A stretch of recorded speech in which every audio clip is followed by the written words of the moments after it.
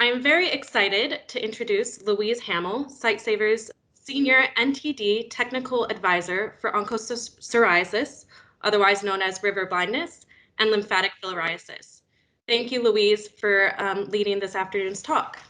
Today, Louise will be presenting on the control and elimination of river blindness and the road ahead. Sightsavers has a long and proud history of combating onchocerciasis, also known as river blindness, and massive leaps forward have been made in the past 2 years alone. And while we're not yet at our destination, the global community is certainly embarking on the final part of our journey towards it. This talk will refresh our memories on what river blindness is and why it is important to eliminate it, and how Sightsavers has contributed and continues to contribute to the global elimination effort. Just a reminder, please mute your microphones, and I will now pass things over to Louise to officially kick things off. Hi, Alyssa. Hi, everyone. Thanks very much for the introduction. So I'm really excited to be here this morning or this afternoon, depending on where you are, to talk to you all. I have prepared a few slides, so I'm just going to share my screen. There we go. So that should now be in presentation mode. Hopefully you can all see my first slide.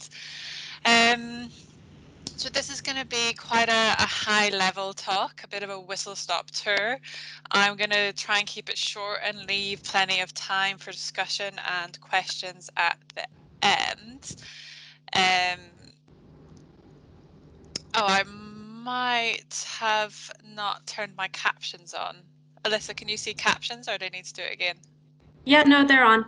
You're all good. Perfect. They don't come up on my screen, but I'm glad they're there for everyone else. Perfect.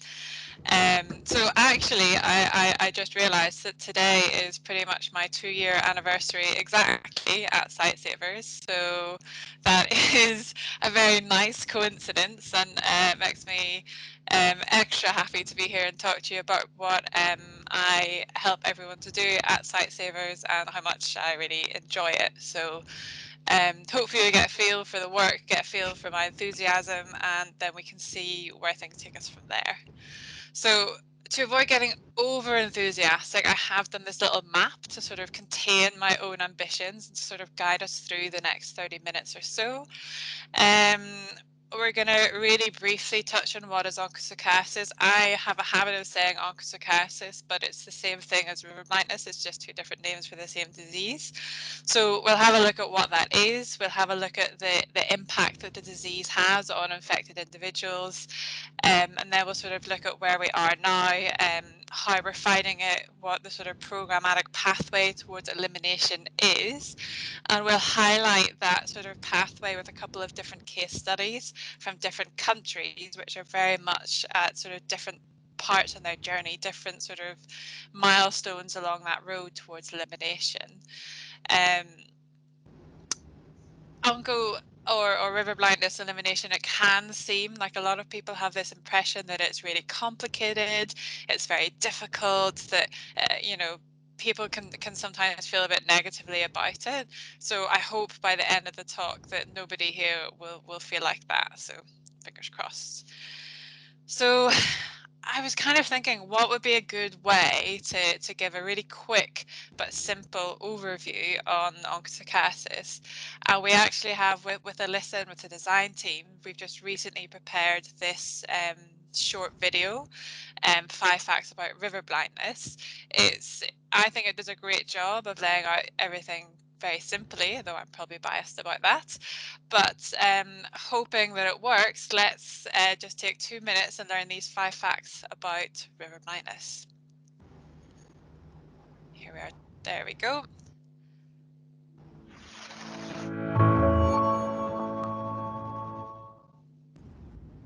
Did you know these 5 things about river blindness?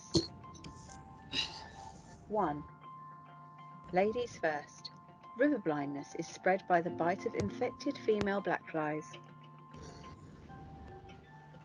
Female black flies feed on the blood of mammals. Oh, Sorry about that.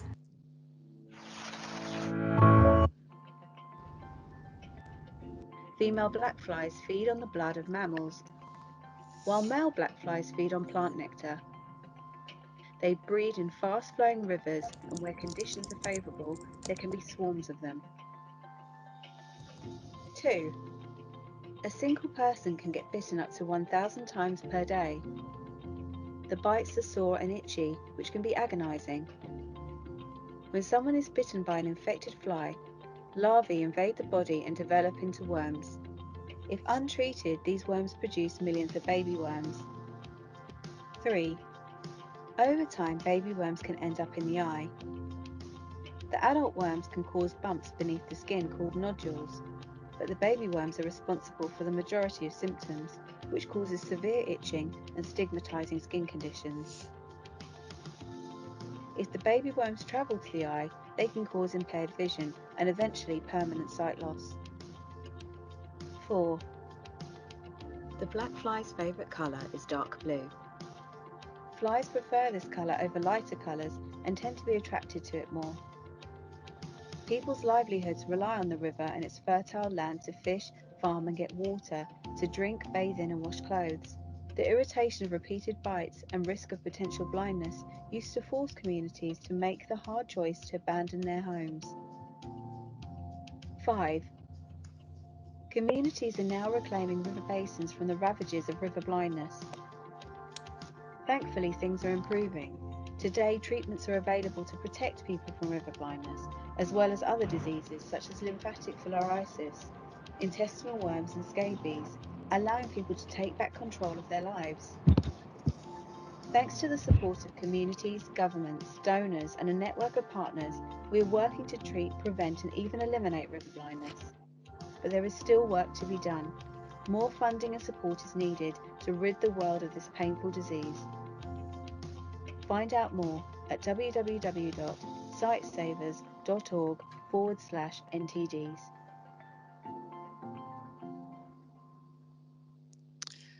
Okay, great. So that was just a very whistle-stop tour. I think the video said pretty much everything that I want you guys to know at the moment, and hopefully we're all relatively familiar with the majority of those facts. But river blindness is a neglected tropical disease, which is commonly abbreviated to NTD. It's a parasitic disease, and that's the Latin name for it there, onchocerciasis volvulus. It is vector-borne. It's transmitted by the bite of infected female black flies. And the important thing about those black flies is they breed in rivers. So the female black flies lay eggs inside the water, and those eggs sort of hatch and mature inside the water, and then once the adult flies are ready, they come out of the water and sort of go around biting people.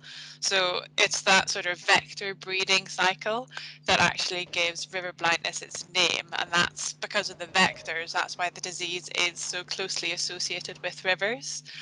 It's usually found in rural areas. It causes a range of problems really far above and beyond blindness and visual loss, which is in itself very serious, but we have these skin problems as well.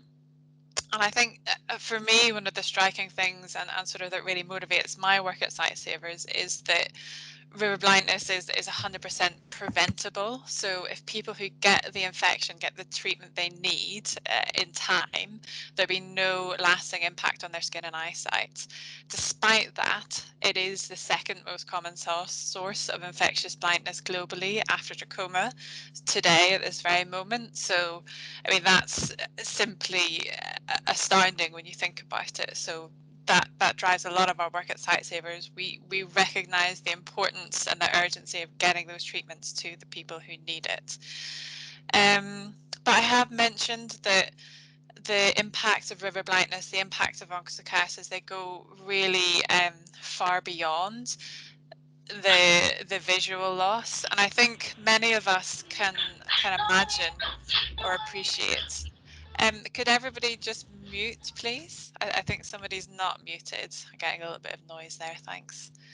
Um, So the impacts of river blindness go really far beyond blindness, which we all, I think, can appreciate how blindness changes a person's life, and how it can perhaps lead to sort of difficulties when sort of societies and facilities aren't well adapted to serve the needs of blind people. But there's also these many different skin impacts. So um, severe itching is one of the skin impacts, and I even think the name, you kind of struggle to capture what actually happens there. But we have this gentleman here who's called Taco Lambert, and he took part in some of our research in Cameroon looking at alternative treatments for river blindness a little while ago, and he suffered from skin disease, and he put it in a really sort of, I find, a very powerful way. He described how the disease impacted upon his life. I just think it's really important for all of us to remember that, because I mean, there's 0 fatalities from river blindness every year, and we tend to associate really strongly with it blindness and visual impairment. But there's this whole other side of the disease, which often gets a little bit neglected, a little bit overlooked, but it has a terrible, terrible impact. Um, so we spoke to Taco in 2018, so relatively recent. This isn't, you know, reaching back into the annals of time to try and prove that it used to be serious, but it now isn't. Like, this is happening to people day in and day out on a daily basis in many, many different countries. So um, while we have made a lot of progress, and I'm going to talk about some of that progress in the following slides, you know, we still need further action. We still have work to do, and the impact of onchocerciasis is still strongly and powerfully felt by infected individuals all across Africa. Um, the quote's being on the screen. I won't read it out to you, but I think, you know, it impacts on work, it impacts on sleep, it impacts on being able to do your day-to-day sort of chores, and do your life, like live your life the way that you want to. So it has a big impact, as well as the terrible impacts of visual impairment and blindness. So where are we now? Like, oncos is definitely not a new problem. It's not a new disease for Sightsavers to work on. So what's been happening? Sort of every year, WHO, the World Health Organization, gives some updates on statistics and facts and treatment figures, which someone like me finds very interesting. But for a wider audience, I'll give a snapshot and try not to dwell on it too much. Although it is lunchtime, I don't want anyone to take an accidental lunchtime nap. So moving swiftly on. In 2019, it was estimated that 217 million people live in known endemic areas, which just means areas where the disease is present. To put that in context, that's more than 3 times the population of the United Kingdom, where Sightsavers has our headquarters. So it's actually a really large number of people. Of those people who live in areas where they're at risk, so in those areas with the presence of disease, endemic areas, almost 21 million are infected. Um, Nearly 15 million people are suffering from some form of skin disease, and we've just heard a first-person account of how serious that can be. And more than 1 million people have some form of visual impairment or blindness. The people who are at risk, more than 99% of those at risk, live in rural Africa. Um, and while the 217 million people, it sounds like a lot, but there used to be higher levels of onchocerciasis in the Americas, but in recent years, the disease has been completely eliminated from Colombia, Ecuador, Guatemala, and Mexico. And in Peru and Brazil along the border area, elimination is expected really soon. There's also a number of African countries where they haven't eliminated onchocerciasis throughout their whole country, but in some pockets of infection. So some areas, some districts, they have been able to eliminate transmission and stop treatment. So although looking at the figures, it can seem perhaps slightly depressing, but I really want to assure you that it's not. It's a positive story. Sort of more and more countries are increasing treatments, and elimination is being realized in actually many areas. So how are we sort of managing this elimination? How have all those successes been achieved? So river blindness can be effectively treated, managed, and eventually eliminated using a medicine called Mectizan. Um, Mectizan is the trade name, and ivermectin is the actual name of the drug. So just two different names for exactly the same medicine. Way back in 1989. So Mectizan is donated free of charge every year by Merck, the company who manufactures it, and that donation is managed through their the Mectizan donation program. So a really amazing donation, a huge and ongoing act of generosity, and we really wouldn't be where we are today without that. Um, when they first made that commitment to the donation, it was back in the 80s, and Sightsavers, in partnership with the Malian Ministry of Health, supported the very first community-based distributions of Mectizan. Um, so after the donation came, there was a need to work out how the treatment could be given out sort of safely and sustainably and in a cost-effective way. And this sort of community-directed treatment mechanism was developed, which is something I'll talk about a little bit more on the next slide. Fast forwarding to 2018, which is the most recent year where we have the official World Health Organization figures, but a record-breaking 151 million people were treated for river blindness, which is more than have ever been treated in any of the previous years. So each year, globally, the global health community is reaching more and more people. In 2018, it gives me great pride to tell you that more than a quarter of those treated in Africa, so 27% of all treatments given in Africa, were given with support from Sightsavers programs. So, I mean, that's just absolutely amazing.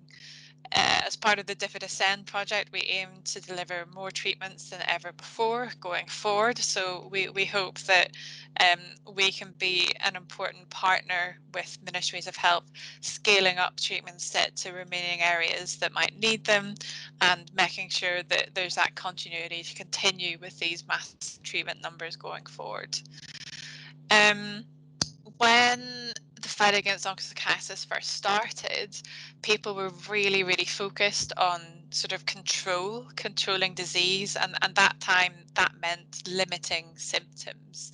So in 1989, nobody had sort of considered or thought about elimination, but as time went on, the impact of Mectizan and the effectiveness of the delivery mechanism became clear. So in 2009, again from Mali and also from Senegal, we got evidence emerging that um, complete elimination using Mectizan alone was possible for river blindness, and that was a real game changer. That was the start of the shift from control to elimination, which was a really exciting and momentous sort of groundbreaking moment for Onco. Um, so in 2012, we had the WHO roadmap for NTDs, which targeted elimination for onchocerciasis. And in 2016, WHO published their first ever sort of updated guidance on stopping um, treatments for onchocerciasis and verifying elimination. Before that 2016 update, the guidelines had been very much focused on the South American setting, and this update was a really welcome sort of way to clarify how that might work more broadly. So just a little sort of, I mean, I'm going to say side note, but not that it's unimportant, on community drug distributors. So as I mentioned, Mectizan is delivered using sort of a community-based participatory approach, wherein communities come together to appoint their own community drug distributor, or CDD, um, and the community sort of works with local health systems and local authorities to choose, time and a way to distribute the medicine in their own area that works for everybody. So CDDs are volunteers, they're volunteering to do sort of important charitable health work within their own communities. They don't get a wage, they're not sort of formally employed. They get training and then they deliver the treatments with supervision and support, and they report on the number of treatments that are given out.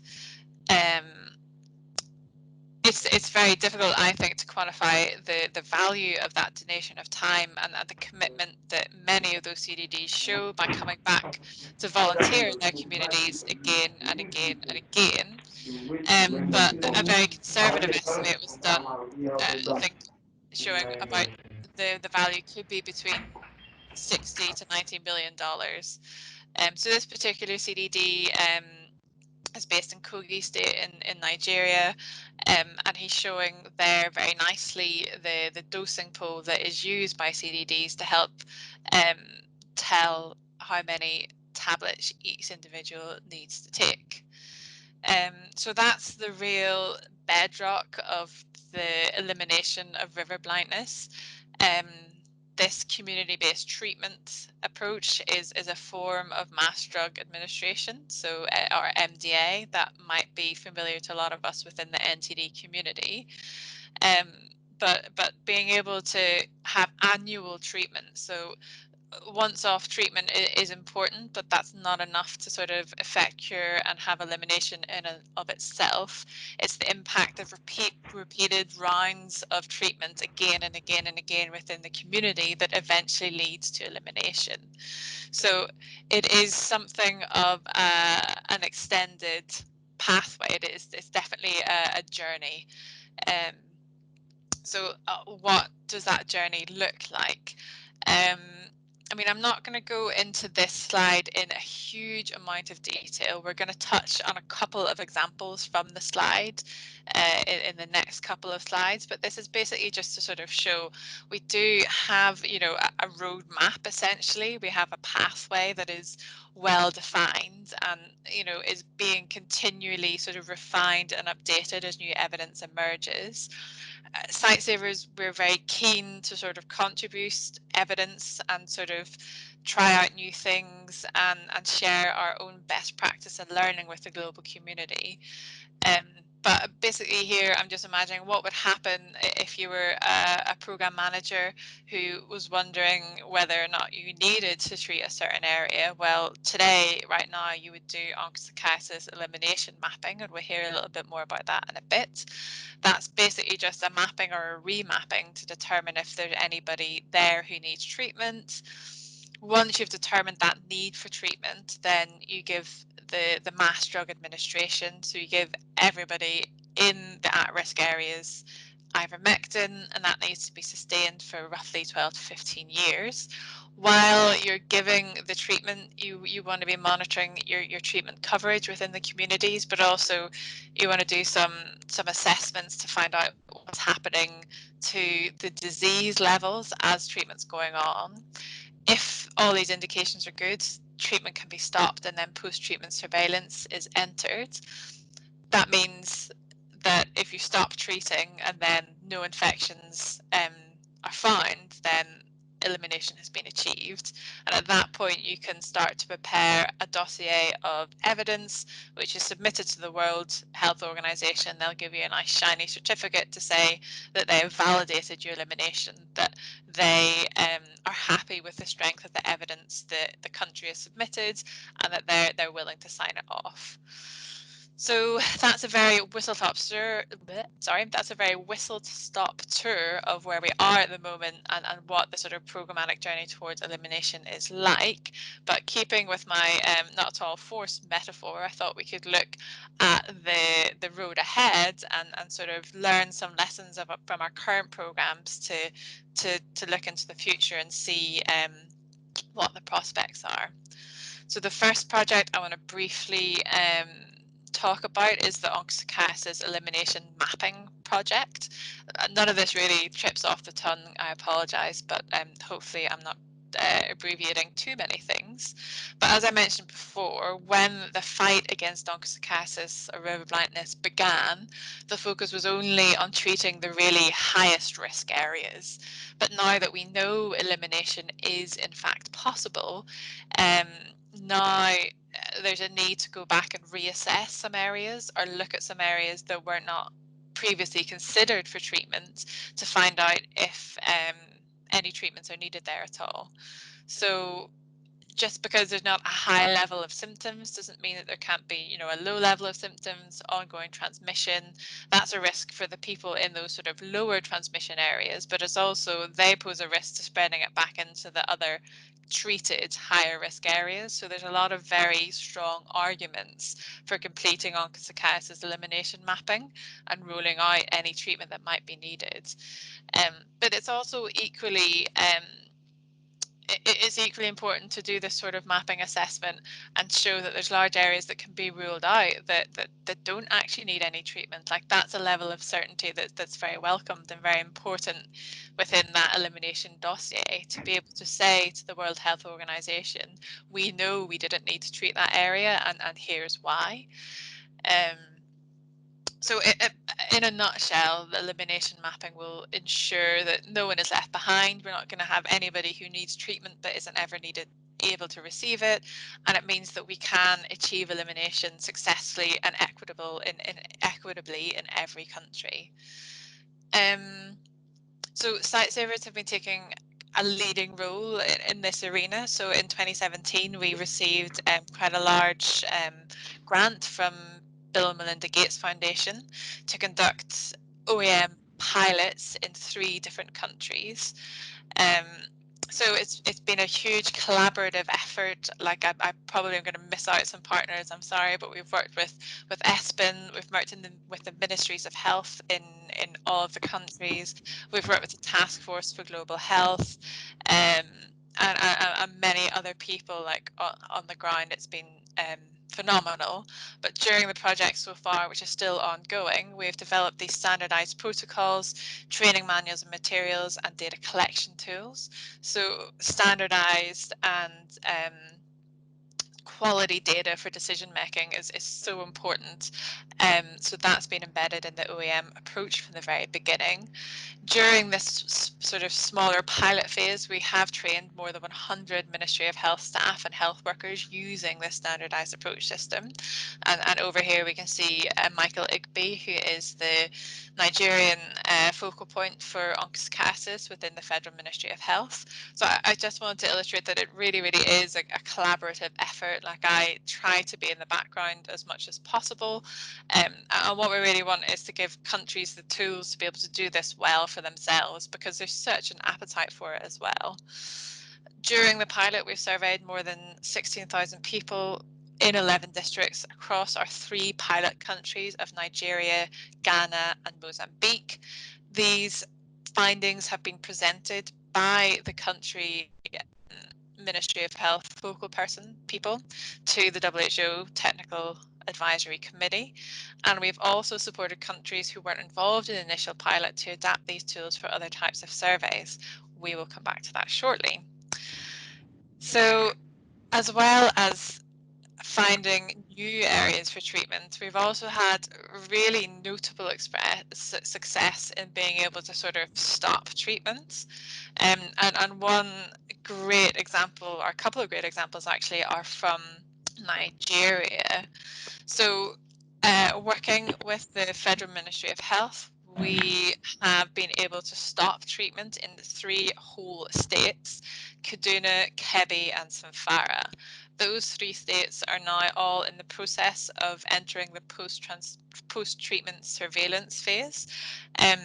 There's some treatments that are ongoing for LF, which is treated with the same medicine. So as soon as those 2 diseases are at the same point, then the PTS phase starts for them both.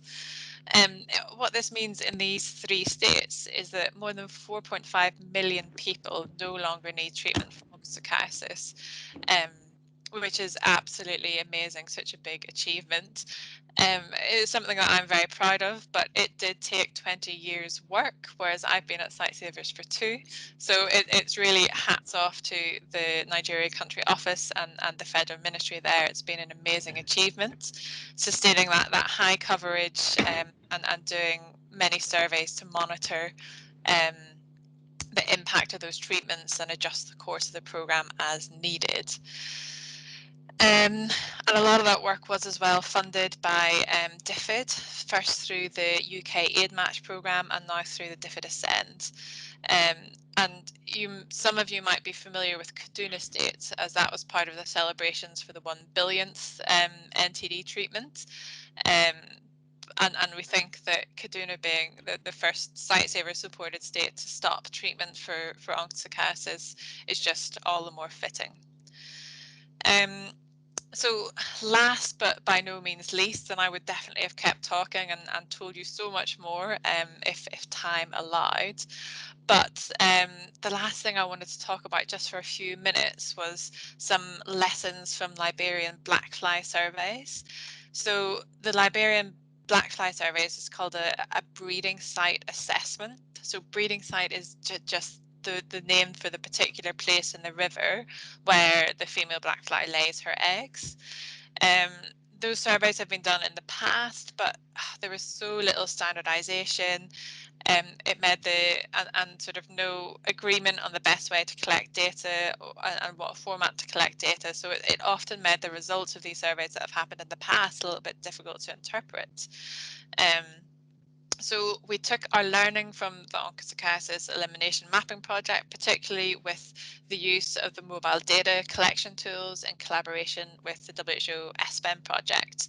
And we used that to develop the standardized training materials and approaches that we're going to use in Liberia. So it's I think it's the biggest survey of its kind ever conducted in Liberia using these new techniques and using this sort of real-time data collection tools. And we've also, thanks to Andy and Patrick, we've also tried a different way to showcase the data. So I'm going to click on this link and cross my fingers that it's going to work. Yes, it is. Excellent.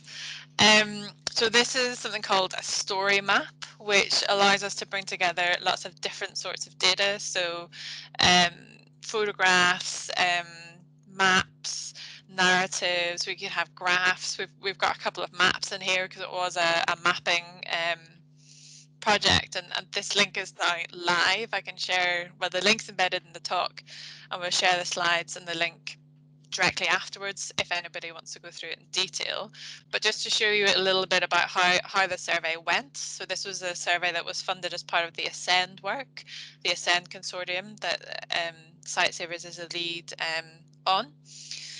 So this just outlines this survey. So the survey happened in January of this year. We're very fortunate with the timing before COVID. So within this, you know, we're just giving sort of a bit of an introduction here, but I just given you introduction so I can skip over it.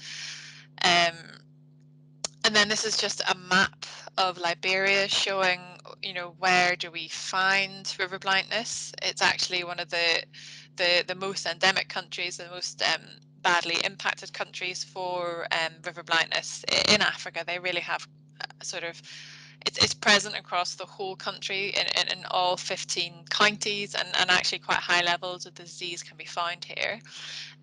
So Liberia's been under treatment using the community-based treatment approach for quite some time, and as I mentioned previously, it's really it's important to monitor impact as you're treating. Because the disease is transmitted by these flies, the highest risk areas are closest to the breeding sites, but sometimes conditions in the river can change, environment can change, land use can change. So it's really important to always check that we have accurate and up-to-date information about where those flies are, so that we really know where the highest risk areas that we need to be keeping an eye on. And that's particularly important as you start to consider whether or not a particular area or country might be ready to stop treatment. So this survey was done in Liberia as part of the preparations for stopping treatment. You can see it was quite involved. There was quite a lot of sites visited. The sites visited are indicated here by the blue dots. There was a smaller pilot, so there was 5 counties that were surveyed in 2018, I think, and then the other 10 counties were surveyed in January of this year. There was the red dot shows you where the training happened, and it was my colleague Patrick, who I know was on the call, who did the training and helped the team collect a lot of this data.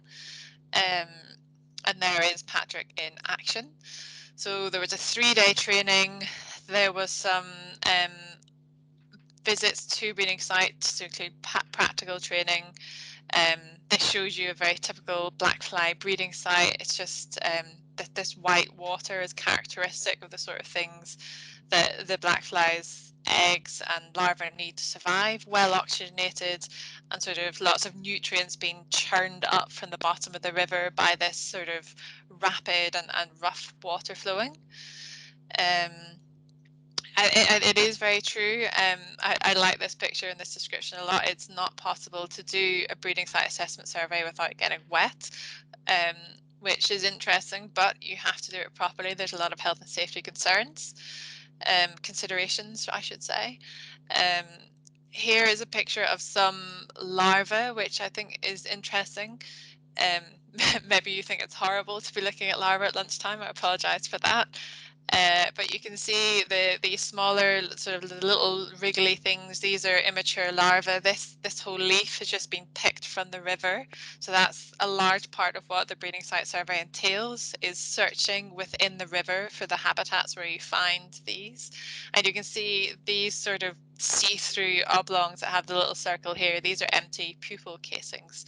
So this is when the adult fly these larvae will grow into the adult fly and then leave the river and start biting people. So we collected a huge amount of data from Liberia. It's still being analysed, but there's just really, really nice. We can see, so this is geo-referenced. We've got photographs. We hope when we have the results, we can add some results into this map and graphs as well. But there's a lot that you can do with this sort of method of displaying data. So this is one of the breeding sites from the air. So that's like the community, and then you can see the river coming here. So you can kind of start to appreciate oh sorry, that's the river there, sorry. You can appreciate how close to the rivers many of these communities are, and therefore what level of risk it would be posed if there was black flies on this stretch of river. So this is really useful to the program for, planning for treatments and interventions and just kind of knowing what's happening. Yeah, so the data is still being collected, and it's really going to feed in quite heavily to the plans in Liberia for future surveys and future treatments. So I think I can hopefully jump back to the presentation now. That is a bit of a whistle-stop tour. As I said, the link will go out and everyone who's interested can look at it in their own time. Speaking of time is running on a bit, so I think I should skip to my last slide so that we do have some time for discussion. But hopefully I've made it clear that Sightsavers is committed to supporting countries to achieve their elimination goals. Like, we really, really believe in working closely alongside and providing technical support so that we can help translate advice and research findings and evidence into best practice. We are working with those countries and with other global partners to develop tools and approaches to ensure quality and standardization becomes the norm for river blindness. You need that quality data to make quality decisions. That's true across many different diseases and many different areas in which we work, but it's something we're having a really big focus on right now for river blindness. We still do have a way to go. There's many countries and areas when we work that need treatments for some time to come, but as we've shown, as Sightsavers has demonstrated our ability to help countries achieve huge successes, whether it's mapping large number of people, giving out huge numbers of treatments or actually being able to stop treatment and start validating towards elimination. We are closer as a global community and as an organisation to the elimination of river blindness now than we've ever been at any point in history. So it's actually a really, really exciting time to work on river blindness. Like, there's loads to do, but it feels, even in the current climate, it feels positive, it feels exciting, and it's my pleasure to work with so many different dedicated individuals in all of our country offices, and with all of my colleagues at the NTD hub. So yeah, it's just been really fun, and you'll be pleased to hear that is the end of the slides. Please let me know if there are any questions, comments, or things that you want to hear more about, I guess. Yeah, thanks, Louise. That was really informative. If there are any questions, please feel free to either put them in the chat box, or I believe Teams has a raise your hand function. That would be really great. And yes, any questions? We're getting lots of good feedback. Great presentation. Brilliant. Akin might has his hand up. Yeah. Can I just endure one question? How do you come to the evaluation of the community role? You said it is between 60 and 90 million dollars. The time for the community. Practically, I have been working on the trachoma with people of Darfur in Sudan, and they did a good work and very recognized job. But we didn't come to evaluate the time of the CDDs and the development committees in the villages in partnership with Sightsavers to implement the program. So I'm just asking, what's the tool you use to measure the contribution or to evaluate their contribution in kinds of money, in forms of money? Thanks. That's a really good question. That was work that was done by some colleagues. I think it was at the London School for Tropical Medicine and Hygiene. So those figures are from a published paper. It was an economic modelling analysis which took into consideration a number of different factors, like I mean, mostly it's opportunity cost, so the time that how that time could have been spent if they weren't volunteering. I think it is something, it's difficult to put an exact figure on it. It's difficult to know, you know, in real life, what would it cost. So it's important to stress that, yeah, it's definitely an estimate, but I can send that paper around with the slides so that if anybody wants to read more about exactly how that estimate was arrived at, then I'll make sure that we all have that information. Thanks, Louise. There's a question in the chat box. They were just wondering, Ross is wondering, what's the definition of elimination that's being used? Good question. Thanks, Ross. So it's actually there is some debate about this. It's a very high standard that countries have to achieve, and there's been some discussion on how realistic that is. Although it's important to note that many countries, including Sightsavers supported areas, have managed to achieve it. So right now, within each evaluation unit, you have to pass 2 tests. So it's like a 2-step definition of elimination. The first step is to prove that children don't have any exposure to river blindness. So that means if you take like a finger prick blood sample from children, that they shouldn't have any antibodies for river blindness. The reason that children are the ones who are surveyed is because antibody responses can be quite long lasting, but the children in the age group that's targeted, which is 5 to 9 years old, they're all younger than the MDA program.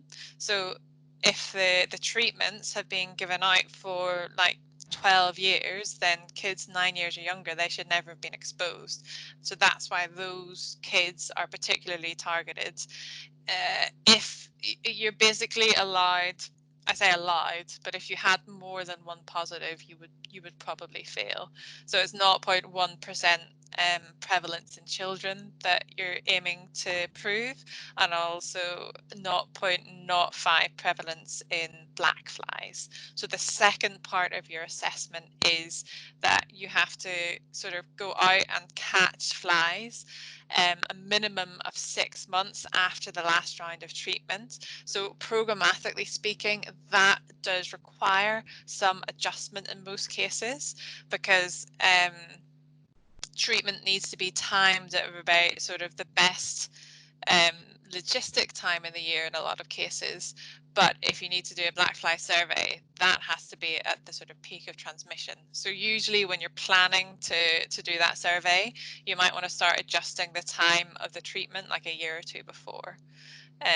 So I mean, I hope that's what you meant, Ross. But yeah, it's a high bar. You have to prove that there is less than 0.1% prevalence in kids, less than 0.05% prevalence in black flies. Then you stop treatment and you have to monitor for 3 to 5 years.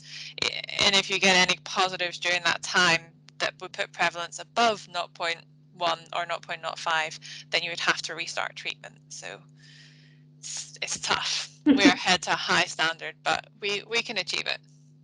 Definitely. I'm going to go to people with their hands up. So Bobakar, you have your hand up for a question.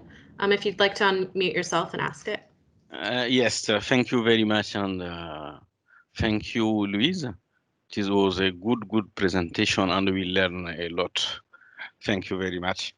I have two comments. One comment is about Liberia case. With a breeding site assessment, if you check, we have some breeding site very close at the border of Cote d'Ivoire and Guinea. And that is a big challenge for us. Sightsavers support Guinea, Cote d'Ivoire, and Liberia, and Sierra Leone also. But in your presentation, it is very close to Guinea and Cote d'Ivoire. That is a challenge for us with the cross-boarding approach to help the 3 or 4 countries together to eliminate onchocerciasis. Yeah. That is the first comment or question. And the second is about Mali. If you, with your slide, I think the first or the second slide, we started in Mali in 1999. I am not very fluent in English, but over 30 years now. Yeah. Anyway, over 30 years now. And we are not in the stage 3. The stage 3 is like for me, the dossier for the post-treatment phases here.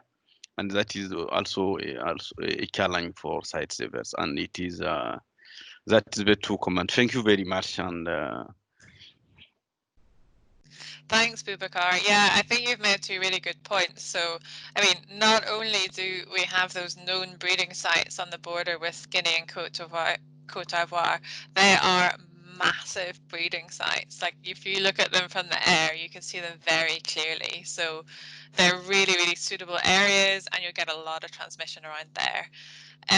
I mean, I think it demonstrates the value of the story map that you're able to say, like, as soon as you see the data presented in that format, that makes you think, wow, we've got a problem there. So I'm pleased that that's something that jumped out at you, and definitely Patrick and I will follow up on that with everybody and make sure that there's going to be a good dissemination of results sort of beyond Liberia and to all the other partner countries who clearly, as you say, need to know about that. I think, yeah, maybe it is easy to feel a bit despondent if you look at the overall country picture for Mali and say, okay, we started in 1989 and we're still not finished. Like, doesn't that sound impossible to you? I guess a bit. But actually in Mali, they had their first, so in those areas where treatment started first, it stopped in 2009. So it's been stopped for more than a decade, which is absolutely fantastic. And Mali, actually this year, Sightsavers have been working in Mali through the Amazing Country Office and in partnership with the End Fund to do some more pre-stop and stop MDA survey. So we think that almost all of Mali is in a really good position to stop treatment and start that treatment surveillance and monitoring soon. But yeah, it does take time and commitment and consistency. So sometimes when you know, things beyond our control, like for any program such as unrest or political sort of changes, that can result in you know, some setbacks or a little stumble along the way. But it's just a small pothole. It's not a derailment of any sort. We're still making great progress there. The Mali government is definitely. Thanks, Louise. I'm going to pull one more question from the chat box. I think we have time for. And if then there's any other questions after the end of this call, I'm sure, Louise, would you be happy if they email you and ask? I can also put some of them to Louise and answer when I send around the slides, some of the questions that have been presented in the chat box. But so let's see.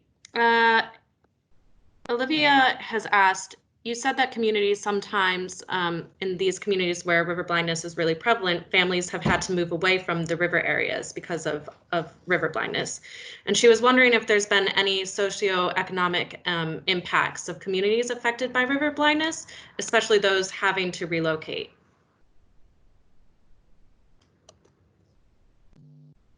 Sorry, I was having a slight problem with the mute button. That's okay. Yeah, so there's been quite a lot of work done. I mean, some of it's a little bit dated right now.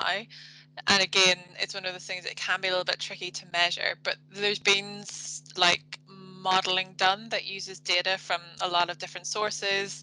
I mean, the main impacts from a socioeconomic perspective of a whole community is moving for Onco is, you know, those communities were based like close to those rivers in those river basins because that's where they could get clean drinking water. That's where they could get water to irrigate irrigate their arable land. So they were fertile and very easy to farm areas. And then in moving away from the rivers, in most cases, communities and families ended up in more marginal areas, like further from the river with different patterns of rainfall, which meant to grow particular crops or keep particular livestock became more challenging. So that led to a decrease in agricultural output and food security. So thankfully, because of the long history of the onchocerciasis treatment programs, that is really, really rare now. Almost all of the sort of more fertile river basins or previously abandoned communities have now been repopulated. So that's another wonderful success story from Onco. But yeah, there is some work done in the sort of 80s and 90s looking at the impact of the displacement of communities had on agricultural output. Thanks, Louise. So we have like 5 to 6 more minutes. I'm going to try to squeeze in one more question because Akin has had his hand up. So Akin, if you'd like to ask your question, and then as I said, all the questions that have been put into the chat box, I will send to Louise and send those answers around when I send the slides. Akin, if you want to unmute yourself. Okay, thank you very much, Liz, for that wonderful presentation. I just want to ask about the mapping of the breeding sites.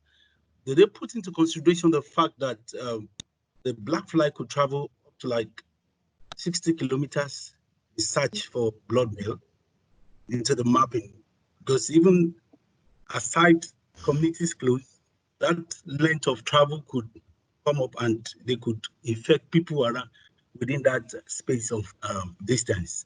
If they consider that even in the mapping breeding site.